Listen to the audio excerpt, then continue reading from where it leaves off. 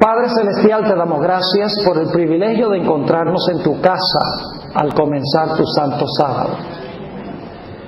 Pedimos, Padre, la presencia de tu Espíritu Santo, porque sin el Espíritu que dio la palabra no podemos comprenderla. Ayúdanos a entender lo que vamos a estudiar no solo esta noche, sino durante el transcurso de esta semana. Danos claridad de pensamiento y danos corazones dispuestos a recibir tu verdad. Y te damos gracias, Padre, por escuchar y responder nuestra oración, porque te lo pedimos en el precioso nombre de Jesús. Amén. Todo adventista del séptimo día, conociente, ha oído hablar del gran chasco del 22 de octubre de 1844. En esta fecha monumental, un grupo de creyentes conocidos como mileritas esperaban la segunda venida de Jesús en poder y gloria. Pero como todos sabemos, quedaron amargamente chasqueados porque Jesús no regresó conforme a sus esperanzas. Entre aquellos que pertenecieron a este movimiento se encontraban algunos de los grandes pioneros de la Iglesia Adventista, de lo que luego sería la Iglesia Adventista. Entre ellos, Jaime y Elena White, el pastor José Bates, el pastor John Loughborough y también Hiram Edson, entre otros. Después del chasco, los que hemos estudiado esto sabemos que los pioneros comenzaron a estudiar de nuevo las Sagradas Escrituras, las mismas profecías que habían predicado inmediatamente antes del 22 de octubre de 1844. Y descubrieron en su estudio que la fecha de 1844 estaba correcta. Sus cálculos habían sido correctos. Pero descubrieron que se habían equivocado en el evento que se iba a realizar en esa fecha. Ellos pensaban que el santuario era la tierra y que la purificación del santuario era cuando Cristo iba a consumir el planeta con fuego en la venida de Jesús. Pero al estudiar las profecías después del chasco descubrieron que el santuario que había que purificar era el santuario celestial. Y que en efecto el 22 de octubre de 1844 comenzó la purificación del santuario celestial. Es triste tener que decirlo, pero hay muchos adventistas hoy en día que se avergüenzan del gran chasco de 1844. Muchos de nuestros eruditos quisieran que este evento se borrara de nuestra historia, porque dicen, ¿cómo es posible que una iglesia que se originó con un chasco amargo pueda ser la iglesia verdadera que contemplan las profecías? ¿Cómo es posible que la iglesia remanente final se haya originado con una equivocación tan drástica como esta? Y así hay eruditos en la iglesia adventista que enseñan en algunas de nuestras instituciones educativas que les gustaría que esto se borrara de nuestra historia. En los años 50, a finales de los años 50 y a principios de la década de los años 60, un individuo con el nombre de Walter Martin fue a la conferencia general porque quería escribir un libro sobre los adventistas. Fue allá, nuestros hermanos lo recibieron muy cortésmente y le proveyeron material para que él pudiera estudiar la iglesia adventista. Él le dijo a nuestros dirigentes que él creía que la iglesia adventista no era una secta, sino que en realidad era una iglesia, una denominación cristiana, en todo sentido de la palabra. Nuestros dirigentes le proveyeron material y escribió un libro que se llama The Truth About Seventh-day Adventism, la verdad en cuanto al adventismo del séptimo día, donde en efecto dice que la iglesia adventista del séptimo día se puede considerar como una iglesia fidedigna, una iglesia como cualquier otra. Claro, dijo, tienen algunas ideas raras, tienen algunos conceptos teológicos extraños, pero podemos considerarlo como una parte del cuerpo de iglesias cristianas. Un individuo que cooperó con Walter Martin se llamaba Donald Gray Barnhouse. Era el editor de una revista evangélica que era la más famosa en esa época, se llamaba Eternidad. Y Donald Gray Barnhouse en su publicación se refirió al gran chasco de 1844 como la mayor racionalización, la explicación que se dio después del chasco como la mayor racionalización en la historia de la iglesia cristiana. Lo dijo en inglés, the greatest faith-saving explanation in history. La explicación que dieron los adventistas después del chasco. En otras palabras, está diciendo que como quedaron mal, tuvieron que inventar una explicación para salvar cara y no quedar mal. Pero mis hermanos y hermanas, durante el transcurso de esta semana, vamos a estudiar el hecho de que en la Biblia no solamente hubo el chasco de 1844, sino ha habido una serie de chascos que ha experimentado el pueblo de Dios. Hubo 3 chascos en los momentos cuando se inició la iglesia cristiana. Y además de eso, el chasco de 1844 más adelante en la historia de la iglesia cristiana. Lo interesante es que no hay ningún teólogo protestante, ni tampoco adventista, que diga que porque hubo esos 3 chascos cuando se formó la iglesia cristiana, que esos movimientos no eran de Dios. Pero el de 1844 sí dicen, eso no puede ser de Dios, porque los mensajeros que presentaron el mensaje estaban equivocados. Pero hubo 3 otros chascos cuando se inició la iglesia cristiana que siguieron el mismo patrón del chasco de 1844. Y los teólogos adventistas y no adventistas no dicen, eso fue una racionalización, eso no era de Dios, los mensajeros no eran del Señor. Aceptan los primeros 3 chascos y dicen que a pesar de que hubo un chasco, eran de Dios, pero no quieren hacer lo mismo con el chasco de 1844. En efecto, vamos a estudiar durante el transcurso de esta semana el movimiento de Jesús a través del santuario. Vamos a estudiar cada paso de Jesús en el santuario. Vamos a estudiar cuando se presentó como Cordero perfecto y sin mancha. Vamos a estudiar cuando el Señor Jesucristo fue sacrificado en el altar, es decir, cuando murió en la cruz. Vamos a seguirlo cuando entró al lugar santo en el día del Pentecostés. Vamos a seguirlo cuando inició el juicio de los muertos en 1844.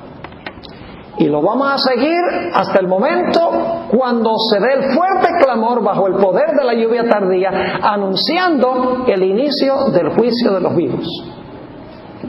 Y nos vamos a dar cuenta que en cada uno de estos pasos de Jesús se llevó a cabo el mismo patrón, los mismos pasos. Es decir, todos estos pasos que tomó Jesús a través del santuario tienen varios comunes denominadores. Y quiero compartir con ustedes esos comunes denominadores. En primer lugar, vamos a encontrar en cada uno de esos pasos que hubo profecías bíblicas específicas en cuanto a lo que iba a hacer Jesús. En cada uno de esos pasos. Presentándose como Cordero, muriendo en la cruz, el día del Pentecostés, 1844, el juicio de los vivos finalmente. Vamos a encontrar que en cada uno de esos casos había profecías bíblicas, o hay profecías bíblicas apuntando hacia ese evento que iba a desempeñar Jesús. Vamos a encontrar en cada uno de estos pasos que hubo una predicación poderosa, o habrá, en el caso de la lluvia tardía, hubo o habrá una predicación poderosa que atrajo la atención de muchedumbres, multitudes, a lo que Jesús iba a hacer. Vamos a encontrar que en cada caso se abre una puerta y se cierra una puerta del santuario.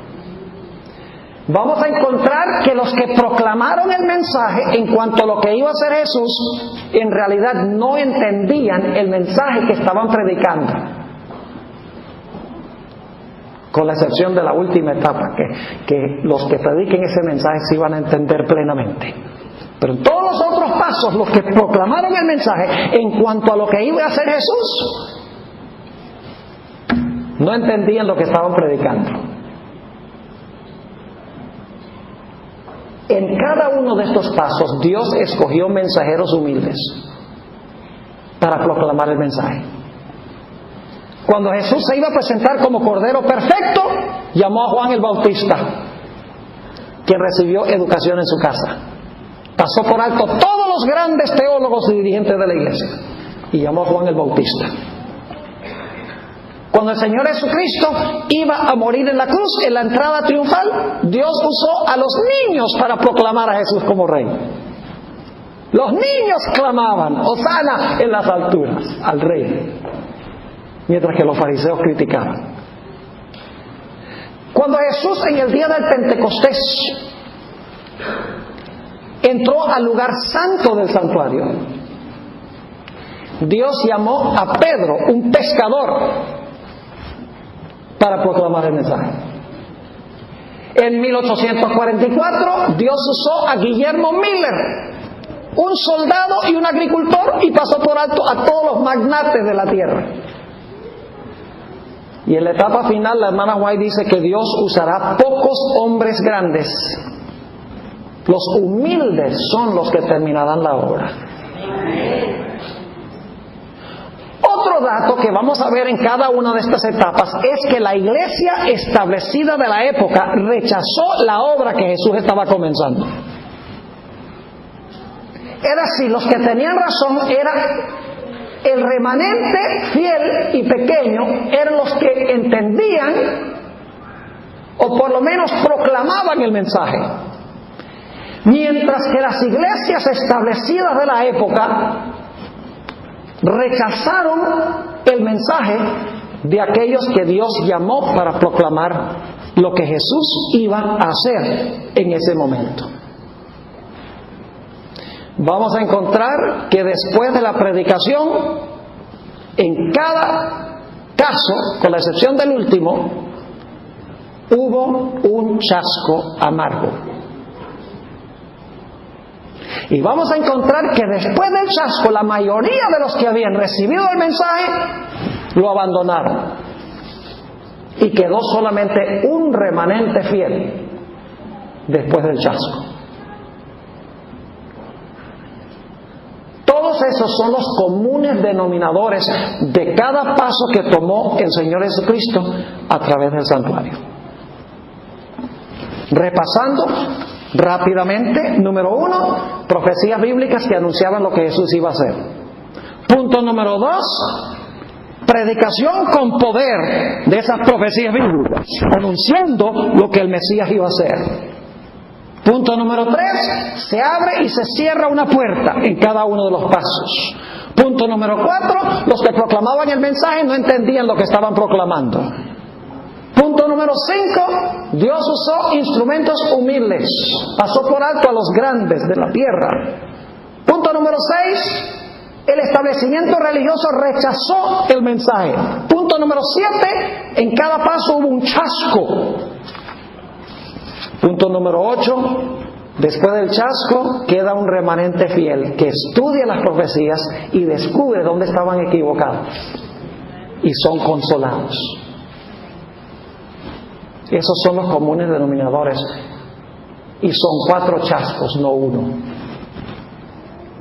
Yo creo que cuando terminemos nuestro estudio ya no nos vamos a avergonzar de 1844, porque vamos a encontrar que este fenómeno sucedió varias veces.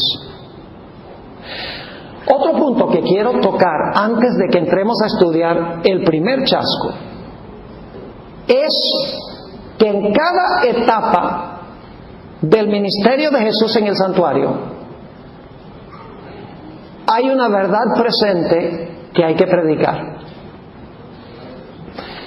Por ejemplo, cuando Jesús se presenta como el Cordero Inmaculado y Perfecto, esa es la verdad presente de ese momento. Esa es la que predica. Cuando Jesús va a morir en la cruz, esa es la verdad que se predica. Cuando en el día de Pentecostés Jesús comenzó su ministerio en el lugar santo, esa es verdad presente. Y eso es lo que predicó Pedro. En 1844, cuando iba a comenzar el juicio de los muertos, esa era verdad presente. El mensaje del lugar santísimo. Y cuando empiece a juzgar a los vivos, o esté a punto de comenzar a juzgar a los vivos, ese será el mensaje de verdad presente. ¿Quieren saber qué es verdad presente? Lo único que tienen que saber para determinar qué es verdad presente es ver a dónde está Jesús ministrando ahora. Eso es verdad presente. El problema, y soy sincero, en la iglesia adventista, es que nosotros en gran medida nos hemos vuelto evangélicos en nuestra teología. Hemos olvidado nuestras raíces proféticas. Hemos olvidado la doctrina del santuario en gran medida. Estamos predicando que Cristo murió en la cruz, eso está muy bien, pero eso es el atrio. Estamos predicando, sí, que Jesús intercede por ti, eso es importante, pero eso lo empezó en el día del Pentecostés. Jesús hoy está en el lugar santísimo. Quiere decir que el verdad presente hoy tiene que ver con el lugar santísimo, porque allí está ministrando Jesús. ¿Quieren saber qué es verdad presente? Busquen a dónde está Jesús y qué está haciendo, y eso es verdad presente. Lo que pasa es que muchos no lo quieren ver en el lugar santísimo, lo quieren ver en el atrio o lo quieren ver en el lugar santo. Ahora, hablemos del primer chasco. Ya que hemos asentado las bases, vamos a hablar del primer chasco. Quiero mencionar en primer lugar profecías específicas que apuntaban hacia Jesús como el Cordero sin mancha y sin contaminación, y como el sacerdote sin mancha. Examinemos en primer lugar las profecías del Antiguo Testamento que apuntaban al hecho de que Jesús iba a ser el sacerdote sin mancha y el Cordero sin mancha.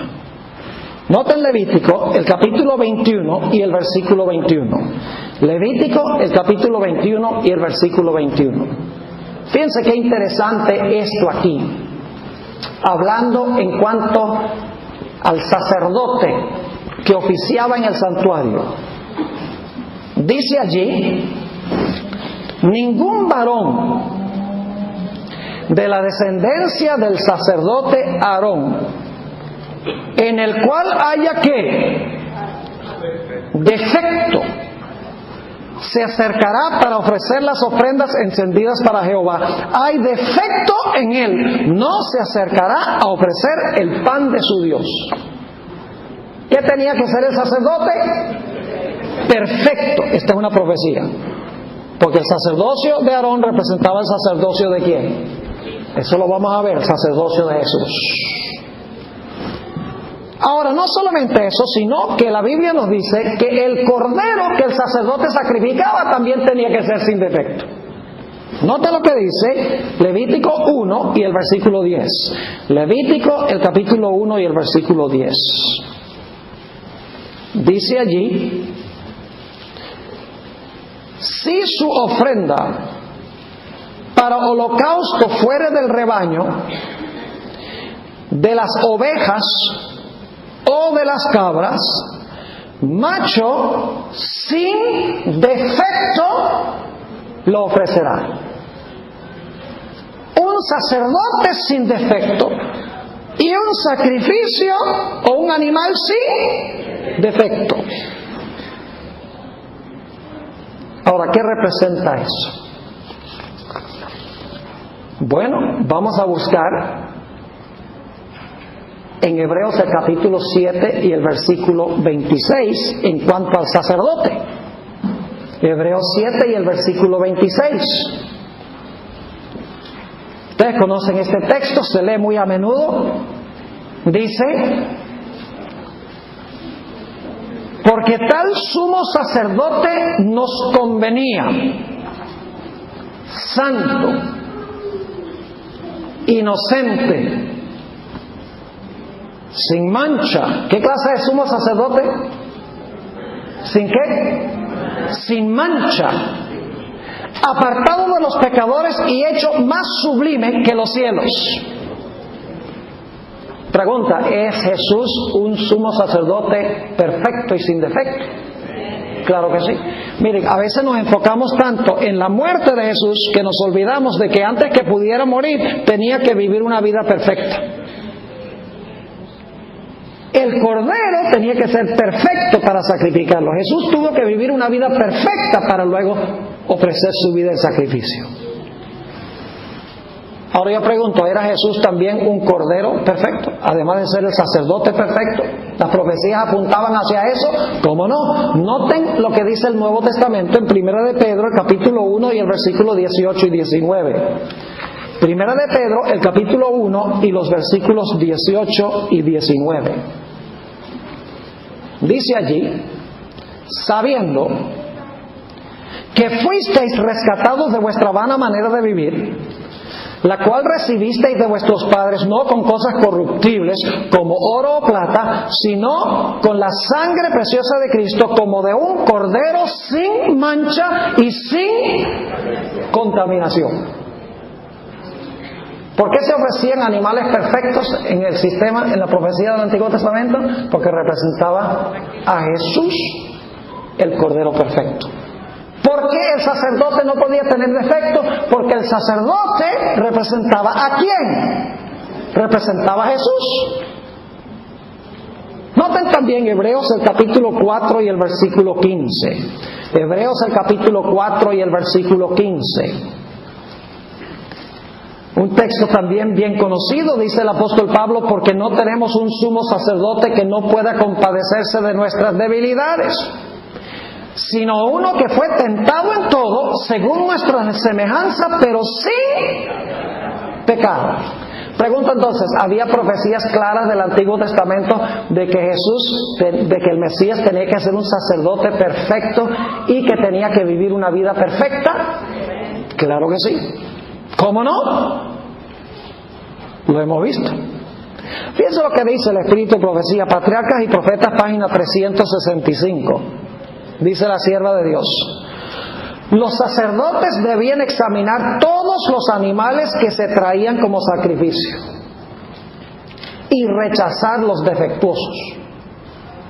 Solo una ofrenda sin defecto podía simbolizar la perfecta pureza de aquel que había de ofrecerse como cordero sin mancha y sin contaminación. El primer paso que quiero que notemos que Jesús toma en el santuario es cuando Jesús viene al campamento a vivir con nosotros, pero a vivir una vida perfecta. Para presentarse en el atrio como el Cordero perfecto, sin mancha y sin contaminación, como el sacerdote perfecto, sin mancha y contaminación, aún antes de que ofrezca su vida en sacrificio. Tiene que ser el sacerdote perfecto y tiene que ser la víctima perfecta. Eso representa su vida perfecta. El primer paso que quiero que nosotros notemos. Ahora yo pregunto, ¿es Jesús el sacerdote? Sí. ¿Es la víctima? Claro que sí. Y por eso en Hebreos dice que Jesús ofició su propio sacrificio.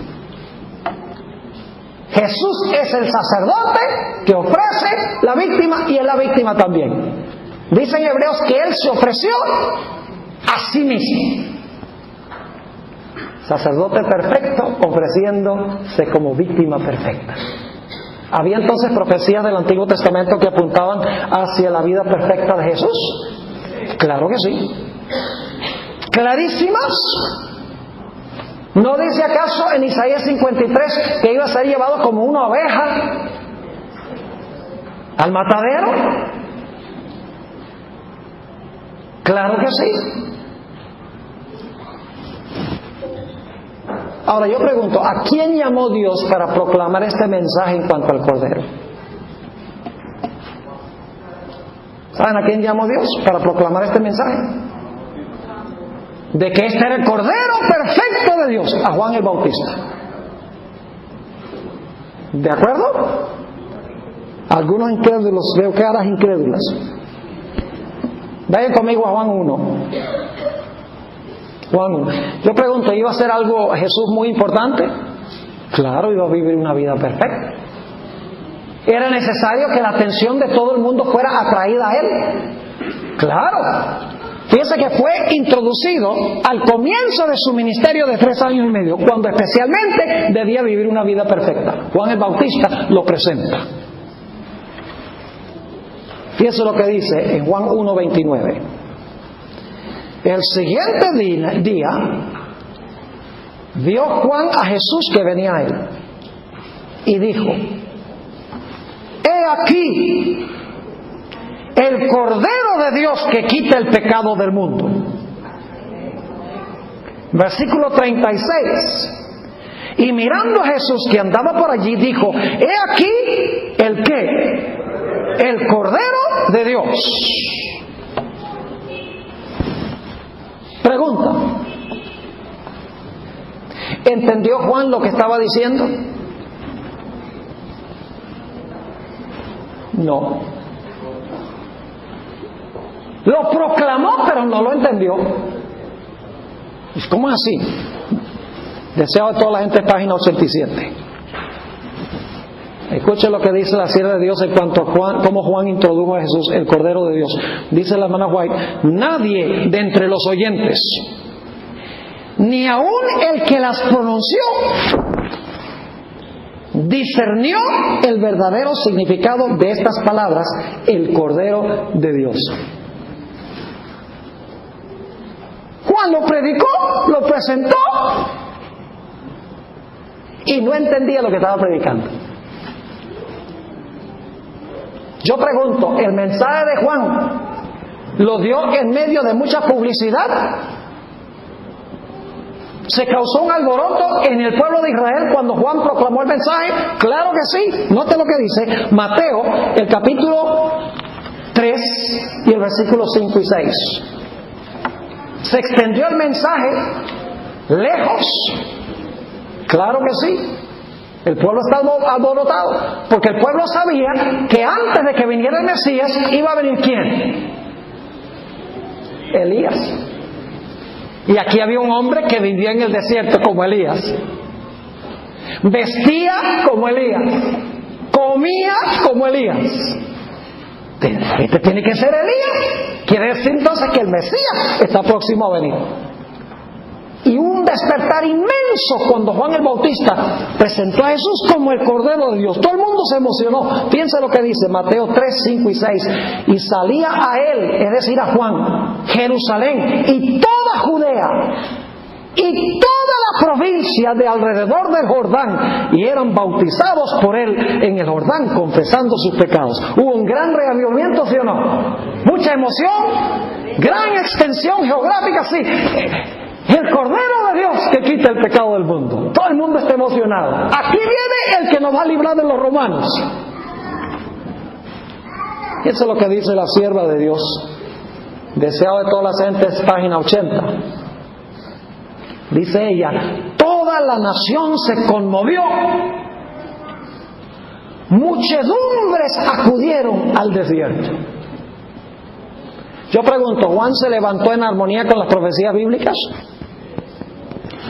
Cuando Juan vino a predicar, ¿fue enviado de Dios, sí o no? ¿Dios lo mandó con el mensaje? Claro que sí. Había dos profecías bíblicas que estaba cumpliendo Juan al predicar. Leamos esas rápidamente. Malaquías el capítulo 3 y el versículo 1. Malaquías el capítulo 3 y el versículo 1. Yo pregunto, ¿llamó Dios a Juan para predicar este mensaje en cuanto al Cordero de Dios? Para que hubiera este gran reavivamiento y este gran interés religioso. Sí, fue planificado por Dios. Él estaba cumpliendo profecías que Dios había dado. Fue enviado por Dios. Note lo que dice Malaquías 3:1. He aquí yo envío mi mensajero. ¿Qué era Juan? ¿De quién? De Dios. ¿Y acaso Dios no sabía que Juan tenía un concepto errado en cuanto a lo que estaba predicando? ¿Usted cree que Dios sabía que Juan iba a predicar un mensaje y no iba a entender lo que estaba predicando? Claro que Dios lo sabía. Entonces, ¿por qué razón Dios lo llamó para que siguiera predicando? Sigo leyendo. He aquí yo envío mi mensajero, el cual preparará el camino delante de mí. Y vendrá súbitamente a su templo el Señor a quien vosotros buscáis, y el ángel del pacto a quien deseáis vosotros. He aquí viene, ha dicho Jehová de los ejércitos. Dios dice, Juan es mi mensajero. Noten Isaías 40 y el versículo 3 al 5. Isaías 40 y el versículo 3 al 5. Dice aquí: voz que clama en el desierto, preparad camino a Jehová, enderezad calzada en la soledad a nuestro Dios. Todo valle sea alzado y bájese todo monte y collado, y lo torcido se enderece y lo áspero se allane. Y se manifestará la gloria de Jehová, y toda carne juntamente la verá, porque la boca de Jehová ha hablado. ¡Wow! Dios llamó a Juan para que presentara a Jesús como el Cordero de Dios que quita el pecado del mundo. Gran reavivamiento religioso. Se levantó en armonía con profecías bíblicas. Y sin embargo, Juan no comprendió lo que estaba predicando. Juan no comprendió que el Mesías iba a tener dos venidas. Estaba equivocado en cuanto a la clase de Mesías que iba a ser Jesús. ¿Es así o no es así? Claro que sí. Por ejemplo, en Mateo el capítulo 3, uno capta esto. Si van conmigo a Mateo 3 y el versículo 11 y 12. Dice qué interesante esto. Aquí está predicando Juan el Bautista, Mateo 3, 11 y 12. Dice: y ya también el hacha está puesta a la raíz de los árboles. Por tanto, todo árbol que no da buen fruto es cortado y echado en el fuego. ¿Qué iba a pasar con el árbol que no produjera fruto? ¿Iba a ser qué? Cortado y echado en el fuego. Yo a la verdad os bautizo en agua para arrepentimiento, pero el que viene tras mí, cuyo calzado yo no soy digno de llevar, es más poderoso que yo. Él os bautizará en Espíritu Santo y fuego. Y ahora escuchen el versículo 12. Su aventador está en su mano, limpiará su era, recogerá su trigo en el granero y quemará la paja en fuego que nunca se apagará. ¿Qué clase de Mesías esperaba Juan el Bautista? Uno que iba a separar los buenos de los malos y iba a destruir a los malos. Ahora escuchen lo que dice el Espíritu de Profecía, deseado a toda la gente 78 y 79. La sierva de Dios dice explícitamente, Juan no comprendía plenamente la naturaleza del reino del Mesías. Esperaba que Israel fuese librado de sus enemigos nacionales. Pero el gran objeto de su esperanza era la venida de un rey de justicia y el establecimiento de Israel como nación santa. Así creía que se cumpliría la profecía hecha en ocasión de su nacimiento. Acordándose, y aquí está citando, acordándose Dios de su santo pacto, que sin temor, librados de nuestros enemigos, les sirvamos en santidad y en justicia delante de Él todos los días nuestros. En la página 110 del Deseado de todas las gentes, dice la sierva de Dios, escuchen esto, cuando en ocasión del bautismo de Jesús, Juan le señaló como el Cordero de Dios, una nueva luz resplandeció sobre la obra del Mesías. La mente del profeta fue dirigida a las palabras de Isaías.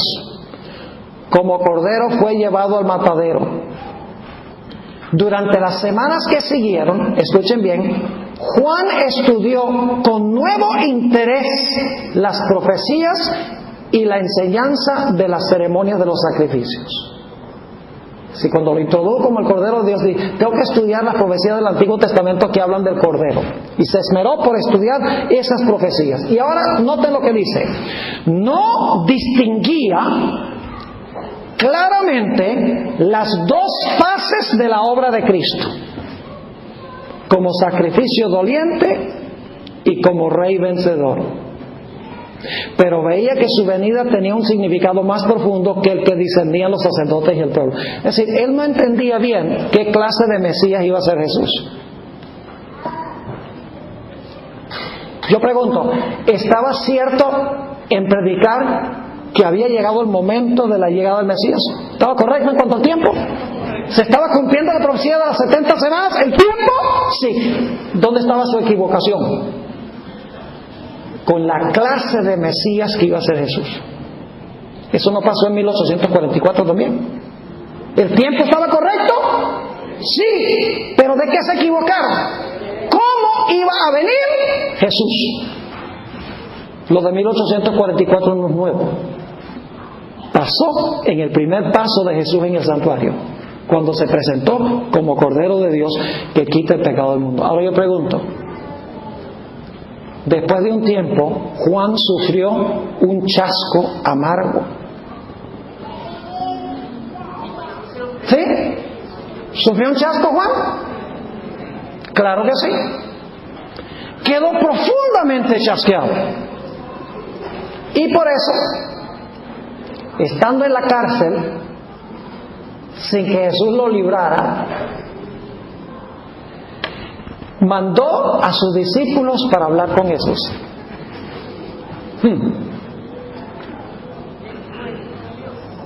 Vamos a leerlo en Mateo 11 y el versículo 1 al 3. Mateo 11 y el versículo 1 al 3. Dice allí, cuando Jesús terminó de dar instrucciones a sus 12 discípulos, se fue de allí a enseñar y a predicar en las ciudades de ellos. Y al oír Juan en la cárcel los hechos de Cristo, le envió 2 de sus discípulos para preguntarle, ¿eres tú aquel que había de venir o esperaremos a otro?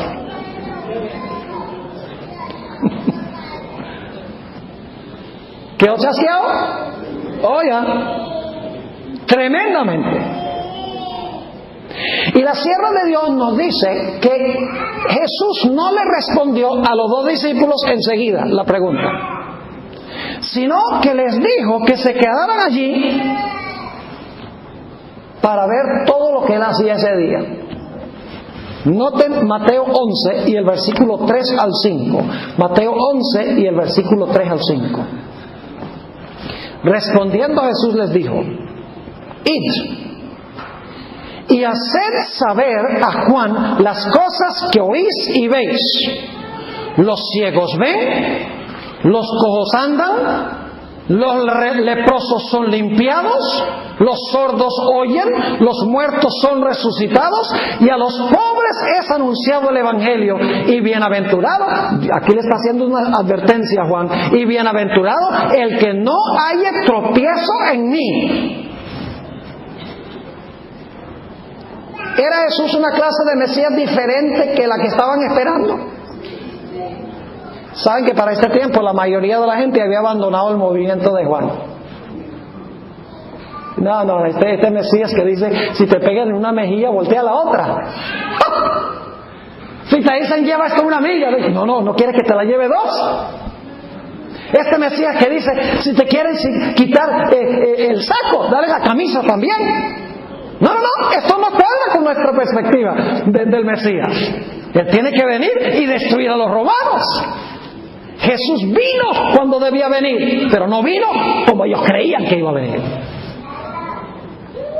¿Están conmigo o no están conmigo? Ahora escuchen lo que dice el deseo de toda la gente, página 186. Muy importante esta cita. Como los discípulos del Salvador, Juan el Bautista no comprendía la naturaleza del reino de Cristo. Lo predicó y no lo comprendió. Esperaba que Jesús ocupase el trono de David. Y como pasaba el tiempo y el Salvador no asumía la autoridad real, Juan quedaba perplejo y perturbado. En la misma página 186 dice, fíjense la terminología, había horas en que los susurros de los demonios torturaban su espíritu, al espíritu de Juan, y la sombra de un temor terrible se apoderaba de él. ¿Podría ser que el tan esperado libertador no hubiese aparecido todavía? ¿Qué significaba entonces el mensaje que él había sido impulsado a dar? Ahora escuchen esto. Juan había quedado amargamente chasqueado del resultado de su misión. ¿Había quedado cómo? Amargamente chasqueado. ¿Ustedes creen que la experiencia de su predicación cuando presentó a Jesús como el Cordero de Dios fue una experiencia dulce? ¿Creen que cuando aquí está el Mesías, el Cordero de Dios que quita el pecado del mundo, creen que todo el mundo estaba emocionado? ¡Ah, qué bueno! ¿Una experiencia dulce? Claro que sí. Pero luego, cuando Jesús no cumplió como ellos esperaban, se tornó ¿qué? Amargo. Eso pasó en 1844. Vaya que el chasco de 1844 no es nada nuevo. Sin embargo, usted le pregunta a un teólogo adventista, ¿usted cree que Dios llamó a Juan el Bautista para predicar el mensaje aunque no entendió lo que estaba predicando? Sí. ¿Y usted cree que Guillermo Miller, Dios lo llamó para predicar el mensaje del inicio del juicio aunque estaba equivocado? No. Y este es solo el primer ejemplo, son 4. Cada paso de Jesús tiene este patrón a través del santuario. Así que no se dejen, para usar una buena palabra colombiana, no se dejen achicopalar por aquellas personas que dicen, la iglesia adventista se originó con un chasco. Y dígale, sí, todo el cristianismo se originó con un chasco. ¿Y por qué usted dice que el cristianismo sí y el adventismo no? Gracias a Dios Juan no perdió su fe. ¿Saben por qué no perdió su fe? Escuchen bien. Porque se le acercaron ángeles, dice la sierva de Dios, para explicarle las profecías que había entendido mal.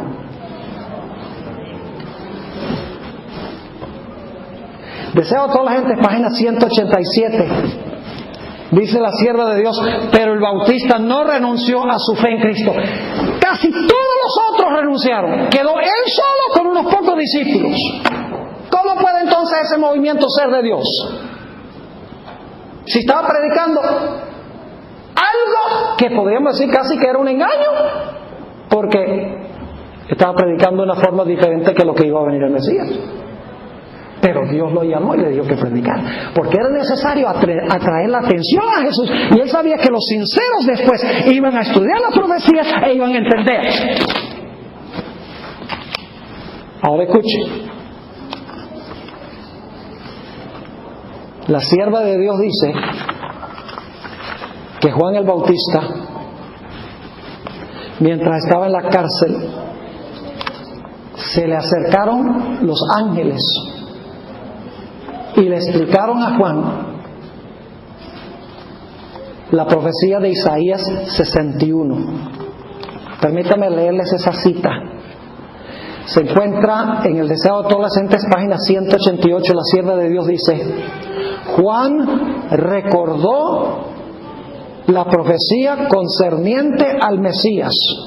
Cuando volvieron los discípulos, y los discípulos explicaron, dijeron: los sordos oyen, los ciegos ven, los leprosos están limpios, los pobres disfrutan de la bendición del Señor, los endemoniados, los demonios son echados. Juan el Bautista recordó la profecía de Isaías 61 con que Jesús comenzó su ministerio. El Espíritu del Señor Jehová es sobre mí.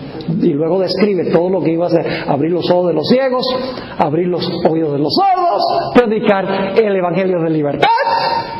Es decir, Juan el Bautista dice: como que estoy entendiendo ahora que el Cordero de Dios como que va a tener otra etapa, donde va a hacer todas estas cosas antes de que se pueda establecer el reino. Así que dice, las palabras de Cristo no solo le declaraban el Mesías, sino que demostraban de qué manera había de establecerse el reino. Y la sierva de Dios dice que Juan el Bautista murió en paz. Ahora yo pregunto, ¿cómo respondieron al mensaje de Juan los líderes religiosos de su época? Las iglesias establecidas. Habían varias sectas judías. Estaban los fariseos, estaban los saduceos, estaban los herodianos, estaban los esenios, estaban los escribas. Varias denominaciones, eran denominaciones o sectas. ¿Cómo respondieron? Dijeron: este mensaje de Juan es de Dios. ¿Qué va? La iglesia de la época rechazó el mensaje. Vamos a leer tres textos para que lo vean. Mateo 11, 18. Mateo 11 y el versículo 18.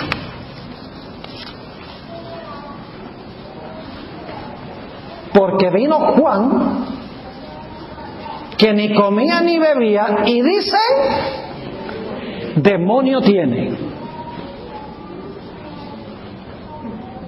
Vamos a encontrar que cuando Guillermo Miller y los milleritas predicaron el mensaje, la hora de su juicio ha llegado, la mayoría de las personas en la iglesia o las iglesias establecidas abiertamente rechazaron el mensaje. Es más, Elena White y toda su familia fueron desfraternizados de la iglesia metodista por asistir a una reunión de carpa de Guillermo Miller. Las iglesias de la época rechazaron terminantemente el mensaje de Miller. No hay nada nuevo ciertamente debajo del sol. Noten Lucas 7, 29 y 30. Lucas 7, 29 y 30. Y aquí es un poco más específico. El problema no era con el pueblo, el problema era con los líderes. Lucas 7, 29 y 30. Y todo el pueblo y los publicanos, cuando lo oyeron, justificaron a Dios, bautizándose con el bautismo de Juan. Pero ahora escuchen: mas los fariseos, en esa época los fariseos eran los ministros. ¿Y quiénes más? Y los intérpretes de la ley, que hoy les llamamos teólogos. Los ministros y los teólogos desecharon los designios de Dios respecto de sí mismos, no siendo bautizados por Juan. Rechazó la iglesia el mensaje. Noten Mateo 17 y el versículo 12. Mateo 17 y el versículo 12.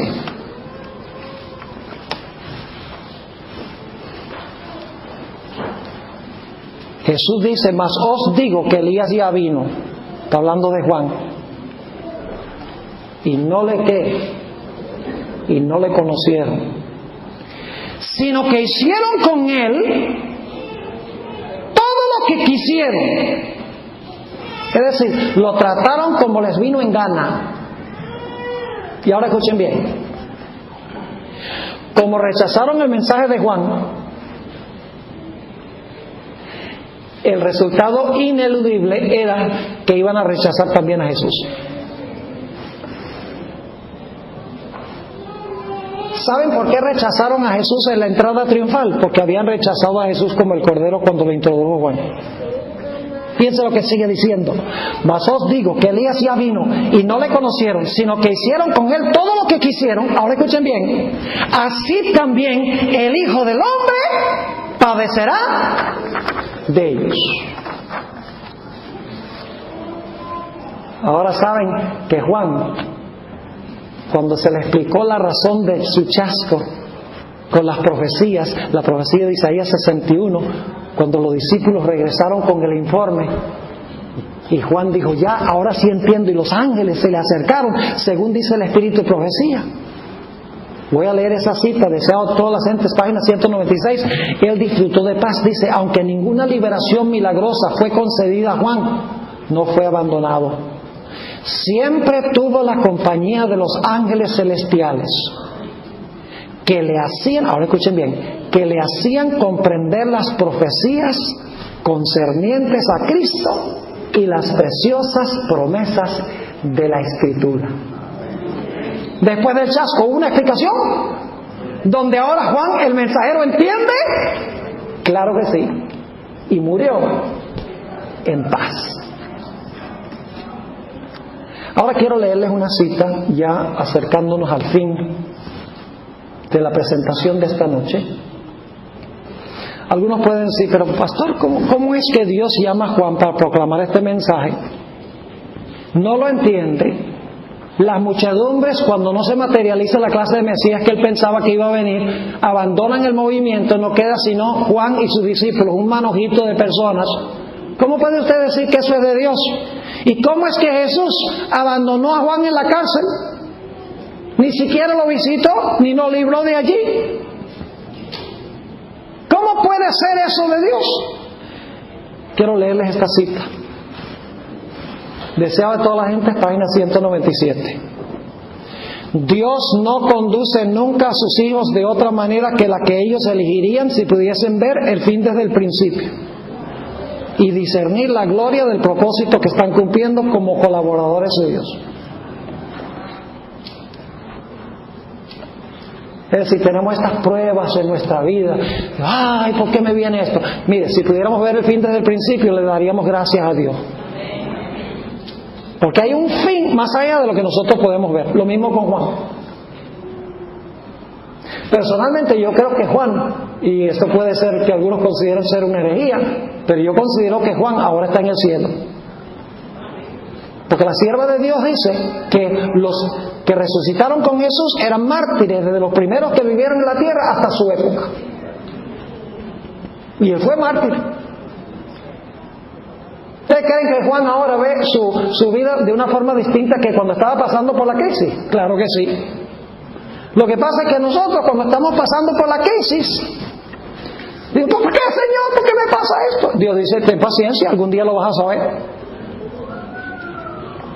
Decimos en inglés: hindsight is 20/20. Hay mucha verdad en eso. Sigue diciendo la sierva de Dios: ni Enoc, que fue trasladado al cielo, ni Elías, que ascendió en un carro de fuego, fueron mayores o más honrados que Juan el Bautista, que pereció solo en la mazmorra. A vosotros es concedido por Cristo no solo que creáis en Él, sino también que padezcáis con Él.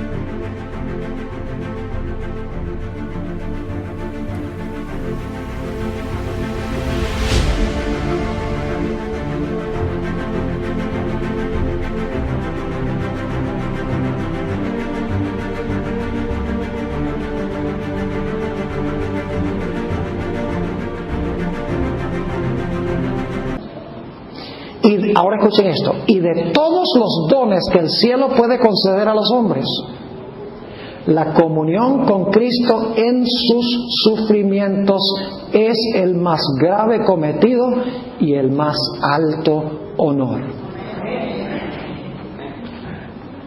Y yo estoy seguro que Juan lo ve así ahora, si es que está en el cielo, si es uno de esos mártires, que no hay razón por la cual pensemos que no. Ve su experiencia y dice, Dios quería traer la atención a Jesús. Yo no entendía todo lo que estaba predicando, la gente no entendía, pero era necesario que ellos se enfocaran en Jesús, porque después lo iban a entender. Era necesario que hubiese mucha publicidad de ese evento. Ahora, el último punto que quiero tratar con ustedes es en qué sentido nos beneficia a nosotros esta etapa del ministerio de Jesús en el santuario. Es decir, ¿en qué sentido nos beneficia a nosotros que Jesús haya vivido una vida perfecta? Que Jesús sea el sacerdote perfecto y que Jesús sea la víctima perfecta. Que haya vivido una vida perfecta. ¿En qué nos beneficia a nosotros? Escuchen bien, mis hermanos y hermanas. La ley de Dios exige perfección. Un solo pecado nos condena a muerte. Y como todos hemos pecado, todos estamos condenados a muerte. La única forma que nos podíamos escapar de la muerte es si Jesús venía a vivir la vida que yo debo vivir. Una vida perfecta, sin mancha y sin mácula. Un sacerdote perfecto que me pudiera representar ante Dios, presentar su vida perfecta delante de Dios. Es decir, era indispensable que Jesús viviera una vida perfecta como el Cordero de Dios para que cuando yo venga a Él me pueda imputar su vida perfecta y me pueda impartir su vida perfecta. Así que el primer paso de Jesús en el santuario es para que Dios me pueda mirar a mí como si nunca hubiera pecado. Recibiendo a Jesús, el Padre mira a Jesús, mira la vida de Él y no la mía. Gloria a Dios. Y el Padre acepta la intercesión de Él porque Él intercede como uno que nunca pecó. Por eso me puede representar allí. Este es un paso fundamental de Jesús en el santuario. Antes de su muerte tenía que suceder esto, porque ¿de qué vale su muerte si no vive una vida perfecta? No sería un sacrificio perfecto. Y a esto apuntaba Juan el Bautista. ¿Te quedó claro lo que estudiamos esta noche? Ahora, mañana vamos a estudiar la historia más emocionante de todas, fuera de la de 1800.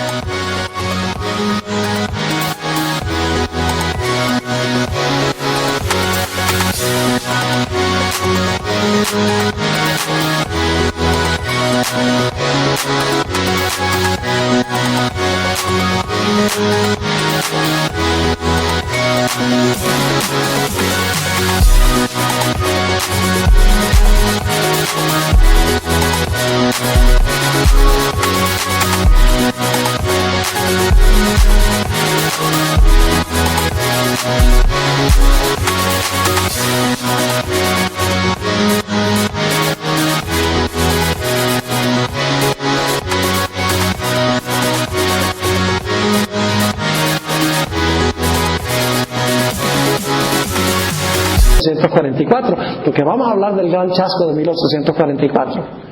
Mañana vamos a estudiar la entrada triunfal de Jesús a Jerusalén. Hermanos y hermanas, yo no sé si ustedes se han puesto a pensar, qué gran, y digo esto entre comillas, qué gran engaño el de Jesús. Le dice a los discípulos, busquen el asno, sabiendo que los reyes se sentaban sobre los asnos. Y se sienta y permite que lo lleven en procesión y que den hosana al rey. ¿Estaba equivocada la gente en cuanto a la clase de rey? Oiga, ¿sabía eso que estaban equivocados? ¡Qué engaño más grande! Quedaron saciados. ¿Qué sin qué? Entonces eso no era de Dios. ¿Era o no era? Claro que era. Vamos a ver mañana en la historia de la entrada triunfal y la crucifixión de Jesús los mismos pasos que hemos estudiado esta noche.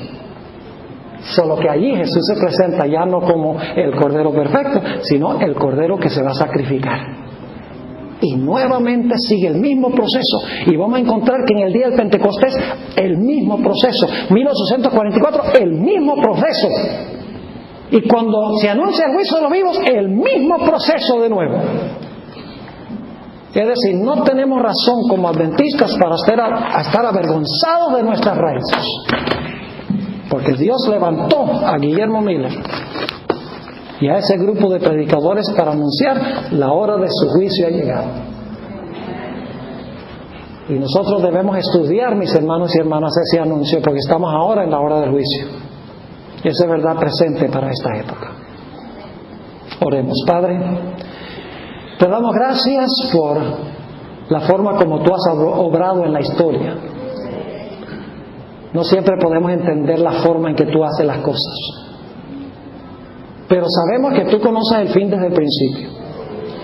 Por lo tanto, cualquier camino que tú escojas es el mejor, y sabemos que algún día lo comprenderemos. Gracias, Padre, por habernos dado lo que hemos escuchado en esta noche. Gracias no tanto por el chasco que hubo, sino porque nos revelas que ha habido otros chascos y que tú te has acercado y has explicado la razón del chasco, para que tu pueblo pueda entonces seguir a Jesús en ese paso del plan de la salvación. Te damos gracias, Padre, por haber estado con nosotros. Te pedimos que nos continúe bendiciendo en nuestro estudio, porque te lo pedimos en el nombre de Jesús. Amén. Amén.